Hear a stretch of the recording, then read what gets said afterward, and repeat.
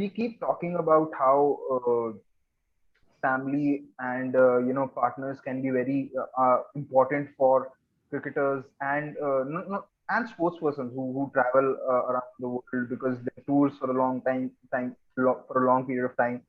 But I'm sure it's important for the people who cover the game as well, because emotional support and system remains the same for every individual, regardless of how big or small you might be in stature.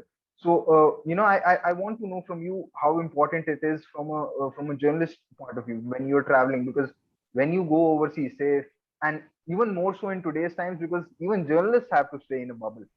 So, how big of a factor is that for journalists itself? Oh, I'm so glad you asked that question. Like very few people do, because it is in my book the most important thing. I always start whenever people say, "Oh, like can you come speak to some young journalist or anything?" Anyone I speak to, I say the most important thing is don't make your work your identity. Whoever you are, whatever you do in life, but especially in cricket journalism, especially if you're in India, because cricket journalism does give you that extra bit of fame and glamour and attention, and people know you a lot more than people might know your colleagues. Like even the best in the best who cover non-cricket, will not get to tour as much as you do, will not get to get the attention. Their stories might not get the attention that yours might do. I've always compared, like 10 and a half years I worked for a newspaper. I always used to tell people the person who writes about potholes is 10,000 times more important than I am, because he or she writes about the pothole gets fixed, fewer accidents happen, fewer people get injured, fewer people die. I write about Virat Kohli's 100. I mean, I write about other things as well. But it's maybe an unfair comparison. Maybe I'm being unfair on myself and cricket journalists. But you always have to keep that in mind. And it's so important to have a partner who helps you in that regard. Wherein two things: a, the touring part I will come to, but the most important element for me having Isha at home is it doesn't matter like whether I've had a good day at work or a bad day at work. Of course, I can come and share it with her. But she's not much of a cricket fan. Like she's an okay cricket fan. She doesn't. I mean, not. She barely watches cricket. I mean, this India Australia series is the first time she really developed this love for Test cricket. I was shocked. I took her. She always comes with me to Melbourne because that's her Christmas break for the Boxing Day Test. She was at the ground. She watched some of the Boxing Day tests. She loved it. She came back home. She watched the Sydney test on TV. She watched the Gabba test on TV, and I was like, "Wow, my life's about to change." I've known this woman for 13 years, and I always used to. I mean, there have been times when I used to joke about how I watch cricket at home the way some others might watch porn, because I would like to turn on the cricket and while my wife's cooking in the kitchen or doing whatever, and the moment she would walk in, I would change the channel and say, no, I'm not watching it. It felt like I was doing something illegal. It's Because also, this only, I'm saying it's also that you're also like, okay, now I have one more person who's going to judge me, and because she's also from a journalist background, she'll also be she is. now I'll have one more critic who probably knows even more than other critics, and she's gonna be in my ear all the time. Absolutely, absolutely right. But then, like the India England series started, like the one at home, and she used to ask me when is the first test and all that. She watched half a session with me, and she was like, "Yeah, maybe not." Yeah, and she just turned her back and she went back to being her old self. She's lost interest in cricket again, which has always been helpful to me. I'll give you an example. Was it 2 years ago? 2 summers ago, I interviewed Justin Langer here in Adelaide. Right, I thought it was a great interview. I was very happy with it. So I come home and I'm like, "Oh, Isha, I like Justin Langer gave me this great interview. I'm not even sure whether she knows who Justin Langer is, but I said Justin Langer gave me a great interview." She's like, "Yeah, that's fine. I've just come back from work. We have those people coming. Can you just vacuum the place?" And it might be silly, but it's a great reality check that work is work, man. Everybody has to do a job, or most people have to.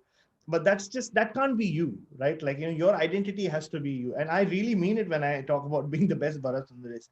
like I get very awkward when people like um, say, "Oh, you are the guy who found Patrick Paris," like you are the guy. I remember this guy once called me and he said, "Oh, you are Chris Gale's friend," or something like that. I'm like, no, like I'm just Bharat, man. Like, that's I think I bring a lot more to the table than just what I write or who I know or who I interact with. I mean, those are just peripheral things for me.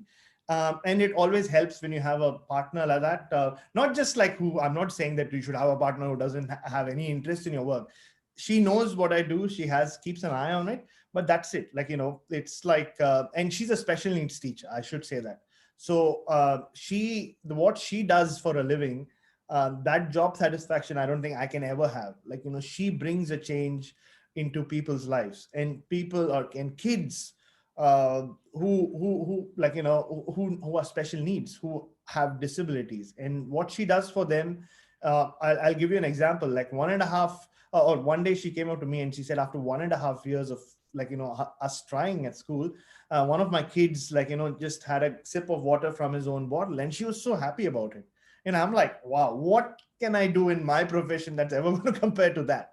So it's good to keep you grounded. So it's very important. But the touring aspect, it is a massive challenge. Like, you can look at it and say, wow, you get to spend 3 months in the Caribbean. Oh, you've been like, you've been in England for so long. You've been in Australia. Oh, you've gone here. You get to meet the cricketers, which is, I don't understand the awe about it, but anyway, or you here, you're there, like, you go and cover this great test match. Yeah, but like you correctly said, Gurki, that we're still people, we have families, right? It's not easy. I mean, I appreciate the fact that I'm lucky enough to have done that, and hopefully I'm lucky enough to do it a lot more before my time is up. But it comes with a lot of challenges, right? Like, like 2 years ago in 2019, I was in England for 4 months, right? Like I did the World Cup on the caravan and then the Ashes, which means I missed like the whole of winter and nearly half of spring in Adelaide. So I left in the end of May and I came back in towards the end of September. And I told myself, I'm never doing that long a tour again, because it's uh, I'm just literally abandoning my wife at home, right? Like she has to take care of her work, come back and do like take care of the house and everything. And there's only that much connection you can maintain over the phone or on Zoom or whatever, like, on video chats are awkward anyway with your own wife. Like you don't know what to say.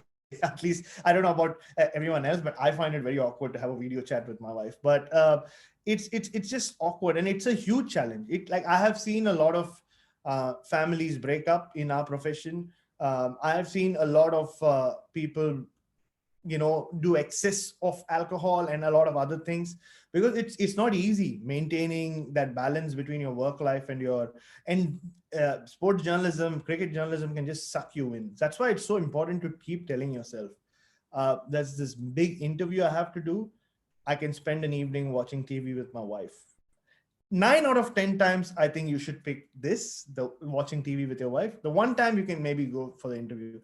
That's the ratio I've tried to maintain. And yeah, I mean, you cannot take your partner for granted just because you are getting attention, just because you're getting to tour everywhere. Like, it's tough. It's tough. Like, we have like a puppy at home, the one that was disturbing us. Thankfully, she's left us. So I'm already thinking about how it's going to be once the cricket season starts here, because it's going to be we having a Ashes summer, and there's lots of other Test cricket and women's cricket that's going to happen. Like even though we're in June, I'm thinking about like, that's a long time I'm going to be away. Yeah, I mean, I really look forward to it a lot more maybe when I was younger.